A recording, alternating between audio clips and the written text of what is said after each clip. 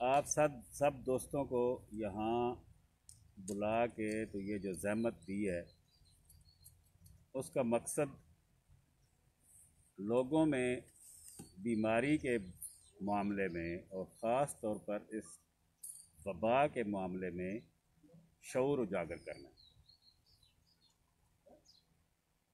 हम जिस कोरोना या कोविड-19 है, ये इस वक्त ऐसी वबा है कि जो पूरी दुनिया को इसने अपनी लपेट में ले ली। ये वायरस जो है, ये ऐसा जरासीम है कि ये पहले इंसानों में नहीं था। जब कोई नया जरासीम आता है तो उसके बारे में साइंटिस्ट के पास या डॉक्टर्स के पास इल्म महदूद होता है। उसकी दवाई तजवीज़ करनी, उसकी बीमारी के स्टेप्स देखने, ये वक्त के साथ आते हैं, फ़ौरन डॉक्टरों को नहीं पता होता। खौफ की बात यही है कि ये नया जरासीम है, अभी तक इसकी दवाई नहीं है, अभी तक इसकी वैक्सीन नहीं है, अभी तक पूरी तरह से डॉक्टरों को इसका कोर्स ऑफ डिज़ीज़ कि इसने कैसे आगे बढ़ना है ये भी मुकम्मल तौर पर नहीं पता। मसलन किसी बंदे को टाइफाइड होता है, डॉक्टरों को पता है जी इसको इतना बुखार होगा, उतरेगा, चढ़ेगा, ठीक है, इसका पेट ख़राब होगा, ठीक है, ये इसके टेस्ट आएंगे। कोविड-19 या कोरोना के बारे में अभी तक 100% तो सारी उसकी अलामतें भी हमें नहीं पता चल सकी। जो मोटी मोटी अलामतें हैं, मसलन शुरू में जिस्म में दर्द होना, थकावट होनी, गला ख़राब हो जाना, बुखार हो जाना, पेट ख़राब हो जाना और फिर लास्टली सांस की तकलीफ़ शुरू हो जाना और बंदे की सांस पूरी नहीं होती। इसी वजह से, क्योंकि बंदे की वो सांस पूरी नहीं हो रही, ये आखिरी स्टेज पे क्योंकि जाके वो बंदा अपनी सांस पूरी नहीं कर रहा होता, वो नीला हो जाता है और वो थोड़े टाइम में वो फौत हो जाता है। इसीलिए ये एक मिसकंसेप्शन अवाम में फैल गया जी कि उसको हार्ट अटैक होता, हम अस्पताल लेके उन्होंने कोरोना करके मार दिया। कोई डॉक्टर किसी को, बहसीयत इंसान डॉक्टर से गलती हो सकती है, लेकिन जानबूझ के कोई डॉक्टर किसी बीमारी को गलत लेबल लगा के गलत ट्रीटमेंट नहीं करता। ये हमारे पेशे की अखलाकियात के ख़िलाफ़ है। ये तो इसका मुख्तसर तारफ़ था। अब इसके बाद ये है कि इससे बचा कैसे जा सकता। हमारे पास 2-3 साल से बड़ा खौफ था, डेंगू आ गई। डेंगू भी एक वायरस से फैलती है, लेकिन डेंगू के जरासीम को, उस वायरस को एक बंदे से दूसरे बंदे तक पहुंचाने के लिए मच्छर चाहिए। अगर आप मच्छर की अफजाइश ख़त्म कर देते हैं, मच्छर डेंगू वाले सारे मार देते हैं, तो डेंगू एक मरीज़ से दूसरे मरीज़ तक जंप करके नहीं पहुंच सकती। ये कोरोना इसलिए ज़्यादा ख़तरनाक है कि ये समझें कि हवा है, ये इतना छोटा जरासीम है, ठीक है, कि आप इसे माइक्रोस्कोप से देखते हैं, माइक्रोस्कोप से आप हवा के बहुत से ज़रे देख सकते हैं। वो इतना छोटा है कि आप आम लफ्ज़ों में कहें कि ये हवा है, ठीक है। इसको अपने जिस्म में दाखिल करने के लिए जो चीज़ है, उससे आप रोक ही नहीं सकते, आपने सांस तो लेनी ही लेनी है, ठीक है। इसमें सांस के ज़रिए आपके अंदर जाना है, लिहाजा ना आप सांस रोक सकते हैं, ना आप इससे बच सकते हैं। और बचने का यही तरीका है कि जिस हवा में कोरोना के जरासीमों का ख़दशा हो सकता है वहाँ ना जाएं। आप वहाँ जाएंगे भी तो सांस तो लेंगे, और फिर अगर वहाँ आप पहुँच ही गए हैं या आपको ये शक है कि शहर में हर जगह जरासीम फिर सकते हैं, तो बुनियादी चीज़ है कि आप अपना मास्क ना उतारें। अगर हर बंदे ने मास्क पहना हुआ हो, मरीज़ ने भी मास्क पहना हुआ है, जो मरीज़ नहीं है उसने भी मास्क पहना हुआ है, तो कुछ जरासीम जो हैं, जो जिससे जरासीम निकलने हैं, उसके मास्क में रुक जाएंगे, बाकी आपकी मास्क में रुक जाएंगे। तो मोर दैन 95%, कितने 95% से ज़्यादा इम्कानात बीमारी के आपने कम कर दिए हैं अगर आप सब लोगों ने मास्क पहन लिया। इसलिए ये आप पब्लिक अवेयरनेस, क्योंकि देखिए पाकिस्तान में मेरे ख्याल में इस वक्त और भी होंगे, लेकिन मेरे ख्याल में दो जो सबसे बड़े इफ़ेक्टिव प्लेटफॉर्म है लोगों में अवेयरनेस पैदा करने के लिए, वो एक आपका है, मीडिया का है, सहाफ़त का है, और दूसरा हमारे उलमा हज़रात का। उलमा हज़रात को तो मैं आलम हूँ नहीं, मैं समझा नहीं सकता, तो आपकी तरह मैं थोड़ा बहुत जानता हूँ, आप हो सकता है मुझसे ज़्यादा जानते हो। आपको मैं जो मेरे पास है मैं आपको समझा सकता हूँ, जो आपके पास है आप मुझे गाइड कर सकते हैं। लिहाजा जब ये जिस दिन ये WHO ने इस बीमारी को पैंडेमिक डिक्लेयर कर दिया, रियाज सर्जरी ने उसी दिन से अपने स्टेप्स ले लिए, जो मैं आपको दिखा के आया हूँ कि हम गेट पे लोगों को पहले हाथ धोने के लिए भेजते हैं, फिर उनके हाथ सैनिटाइज करते हैं, टेम्परेचर चेक करते हैं गेट पे, नॉन टच टेक्निक। जिसको बुखार नहीं होता वो हॉस्पिटल में आता है, और हम लोगों को डिस्करेज करते हैं कि गैर ज़रूरी तौर पे अस्पताल में ना आए। 75% लोग, मेरा क्लिनिकल ये तजर्बा है कि 75% लोग जो आपके पास मरीज़ बन के आते हैं ना, वो घर पे भी इलाज करा सकते हैं, या वो 2 हफ्ते अस्पताल ना भी आए तो उन्हें कोई फ़र्क नहीं पड़ता। 25% होते हैं जिन्हें ज़रूरी आना होता है, वो 25% है, बाकी घर पे बैठे।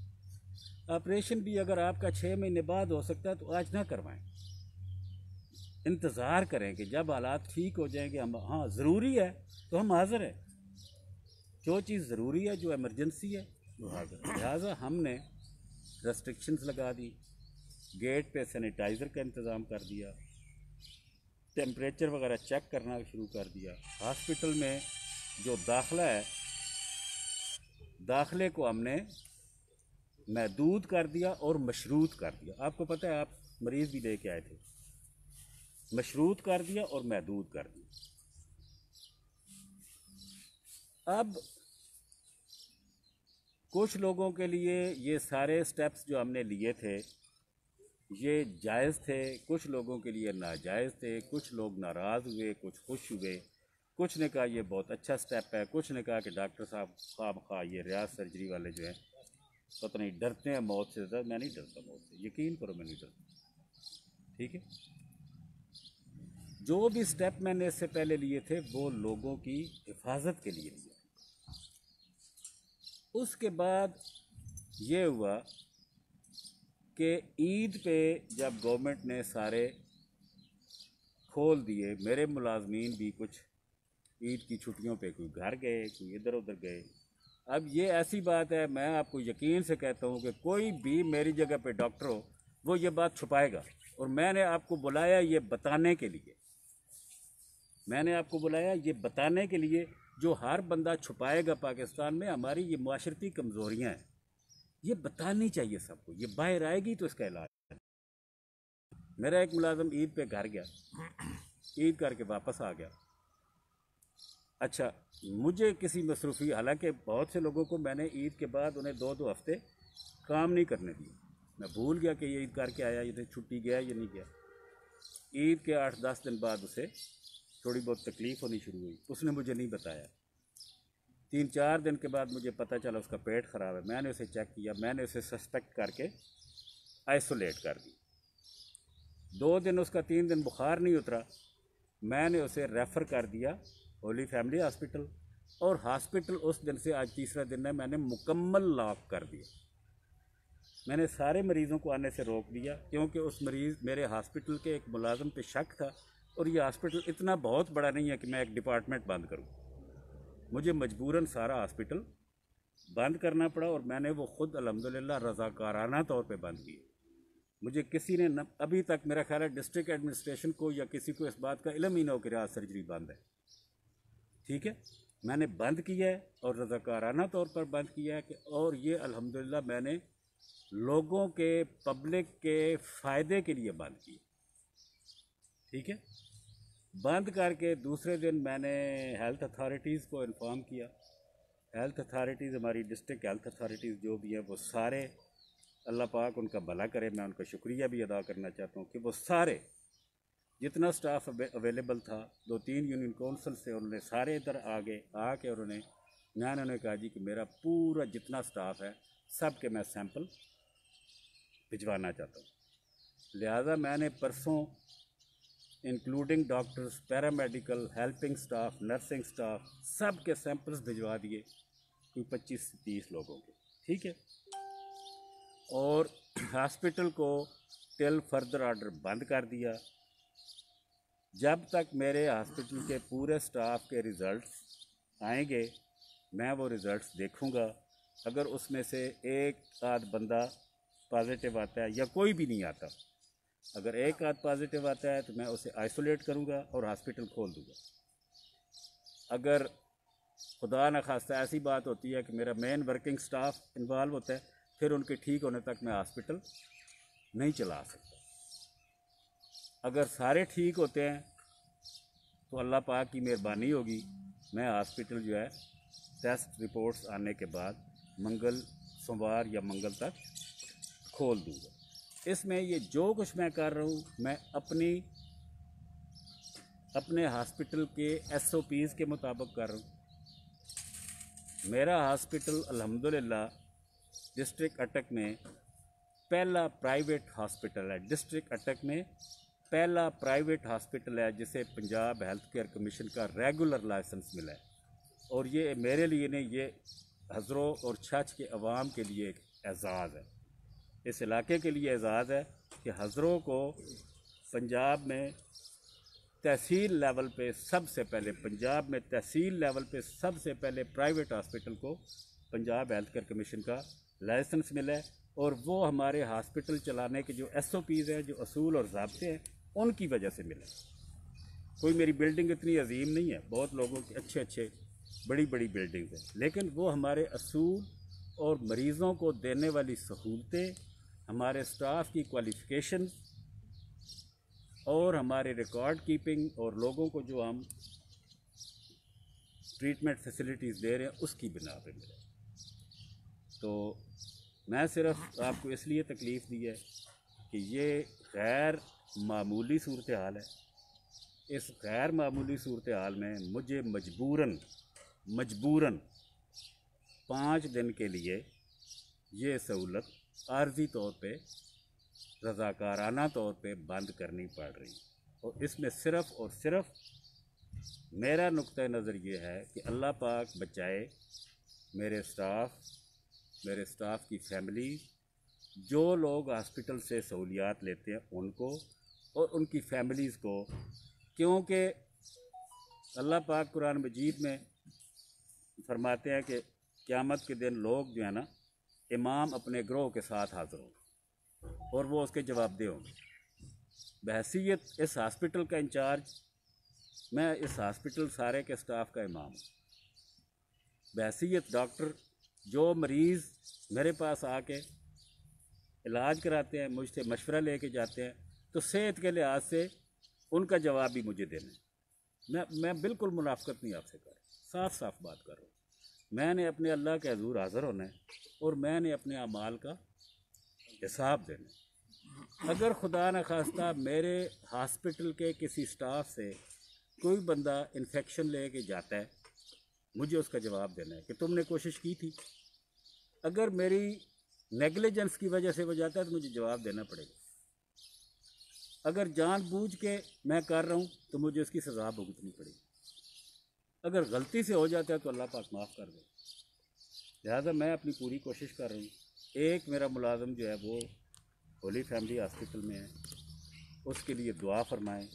वो काफ़ी बीमारी उसको ज़्यादा है, अल्लाह पाक उसको सेहत दे। और ये दुआ फरमाएँ कि बाकी लोगों को अल्लाह महफूज करे। आमीन। तकरीबन जो मैंने रिज़ल्ट भिजवाए थे 80% लोगों के मुझे वापस रिसीव हो गए, उनमें नेगेटिव है। 2-4 रहते हैं वो अंडर प्रोसेस हैं। कल तक हो सकता है सब के रिज़ल्ट आ जाएंगे। कल इतवार है, अगर सब के रिज़ल्ट नेगेटिव आ जाते हैं तो इंशाअल्लाह ताला मैं बजाय मंगल के हो सकता है सोमवार को ही अपनी सहूलत खोल दूँ। ठीक है। डॉक्टर साहब, आपने बड़ी डिटेल से बताया और आपने बताया जी कि आपने रज़ाकाराना तौर पर अपने अस्पताल को बंद कर दिया है। इस हवाले से लोग हमें भी पूछ रहे थे, अच्छा हुआ आपने क्लियर कर दिया। कोरोना के हवाले से डॉक्टर साहब सवालात उठ रहे हैं जी कि डॉक्टर्स जो हैं अस्पताल में, जो मरीज़ जाते हैं, जो उनको कोरोना में डाल के उनको इंजेक्शन लगा के मार देते हैं और वो उनसे जान छुड़ा देते हैं। और बाज़ औक़ात लोग ये भी बातें करते हैं कि जो जिसमें मैयत रखी जाती है, जिस पेटी में, उसमें से पत्थर निकलते हैं या ईंटें निकलती हैं। क्या ये पॉसिबल है कि एक इस्लामी मुआशरे में एक डॉक्टर किसी को जहर का इंजेक्शन लगा कर कत्ल अपने ज़िम्मे ले ले? क्योंकि ये वबा ऐसी चली है कि इसने किसी मज़हब को नहीं माना। ना ये इस्लामी है तो ना ये यहूदी है तो ना ये ईसाई है। इसलिए मैं इसका जवाब बहैसियत डॉक्टर दूंगा। डॉक्टरों के एथिक्स होते हैं। आप यकीन करें कि कोई डॉक्टर ये सोचें भी ना कि कोई डॉक्टर अपने मरीज़ को ऐसा इंजेक्शन लगा सकता है। नहीं होता। लेकिन आप उस दिन से बचें कि हमारे पास वार क्राइटेरिया शुरू हो जाए। जिस रुख पे हम जा रहे हैं ना, वो वार लाइक कंडीशन जब शुरू होती है तो पता है क्या होता है, उसमें प्रायोरिटी फिक्स होती है। मसलन मेरे पास ये है कि इसमें जिस बंदे की उम्र 85 साल है उसके बचने के इम्कानात 5% हैं। जिसकी उम्र 25 साल है उसके बचने के इम्कानात 90% हैं। ठीक है, मेरे पास 5 मरीज़ 60 से ऊपर के आ जाते हैं, एक 25 साल की उम्र का आ जाता है, और मेरे पास उन्हें बचाने के लिए एक वेंटिलेटर है और उन 6 के 6 को वेंटिलेटर चाहिए। उस वक्त मैं प्रायोरिटी फ़िक्स करूँगा और इंतहाई भारी दिल के साथ मैं प्रायोरिटी फ़िक्स करूँगा, और मैं जिसके बचने के इम्कानात ज़्यादा हैं उन्हें मैं वेंटिलेटर पे डाल दूँगा, और जिनके इम्कानात कम हैं उन्हें मैं बड़े भारी दिल के साथ, हो सकता है मैं रो रहा हूँ और मैं कहूँ कि ये मर रहे हैं, मैं इनको बचा नहीं सकता, मेरे पास और कोई चीज़ नहीं, उसमें प्रायोरिटी फिक्स होती है। लेकिन टीका लगा के मारने वाली बात, ये आप सोचें भी नहीं कभी भी। ये सब साजिशी थ्योरी है जी। साजिशी थ्योरी है। मेरे अपने कई कुलीग्स जो हैं, डॉक्टर्स जो हैं, उन्होंने शुरू में इस बात में नहीं माना। मेरे इस वक्त तक 3 क्लास फेलोज कोरोना से मर चुके हैं। एक मेरा टीचर प्रोफेसर एजाज हसन, जिनसे हमने सर्जरी सीखी, और पाकिस्तान का कम उम्र तरीन FRCS हो के वो इंग्लैंड से आया था, ये एतजाज हसन के बड़े भाई, वो फौत हो चुके हैं। ठीक है, एक मेरी क्लास फेलो, उसके लिए दुआ करें, वो और उसकी वालदा अभी इस वक्त भी डॉक्टर्स हॉस्पिटल में एडमिटेड है। मुझसे जूनियर मेरे कुलीग कॉलेज फेलो कितने दोस्त मेरे कोरोना से फौत हो चुके। ठीक है, ये मजाक नहीं है, ना कोई डॉक्टर किसी को अब RF मेरा क्लास फेलो था, डॉक्टर RF, बीमारी उसे वो डायग्नोज नहीं कर सके। वो गया, हाँ, कि जी हार्ट अटैक हो गया, PIC लेके उन्हें स्टंट डाल दिया, फिर पता चला नहीं इसको तो ये तकलीफ कोरोना की वजह से, तीसरे दिन वो मर गया। ठीक है, घबराहट में गलत तशखीस हो सकती है डॉक्टर से। डॉक्टर इंसान है ना बेसिकली, उससे गलत तशखीस हो सकती है। लेकिन ये सोचना कि मरीज़ जाएगा तो डॉक्टर से टीका लगा के मार देगा, ये लोगों को बताएं, लोगों को यकीन दिलाएं कि डॉक्टर इस तरह की हरकत नहीं कर सकता। ये सोचें भी ना। और ये जो मैयत में वो पत्थर आ रहे हैं, ये मतलब इंतहा होती है ना एक बार, इस तरह नहीं हो सकता। ये सब झूठ है, ये सब मिथ है, ये एक बीमारी हकीकत है।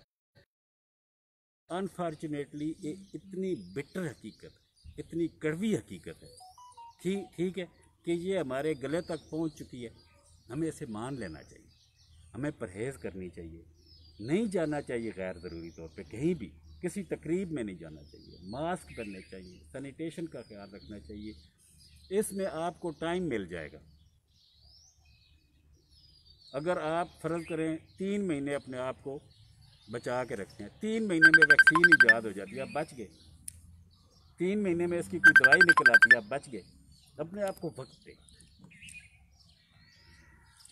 डॉक्टर साहब, जिस तरह आपने कहा कि हमारे तमाम स्टाफ में से एक के अंदर जो पॉजिटिव कोविड-19 की जो रिपोर्ट आई, उसके बाद आपने रज़ाकाराना तौर पे अपने हॉस्पिटल को 5 रोज़ के लिए बंद कर दिया कि दीगर स्टाफ की जो रिपोर्ट आना बाकी है उसमें भी आपने एक अच्छी खबर हमें सुना दी कि 80% जो स्टाफ है उसकी नेगेटिव रिपोर्ट्स आ गई।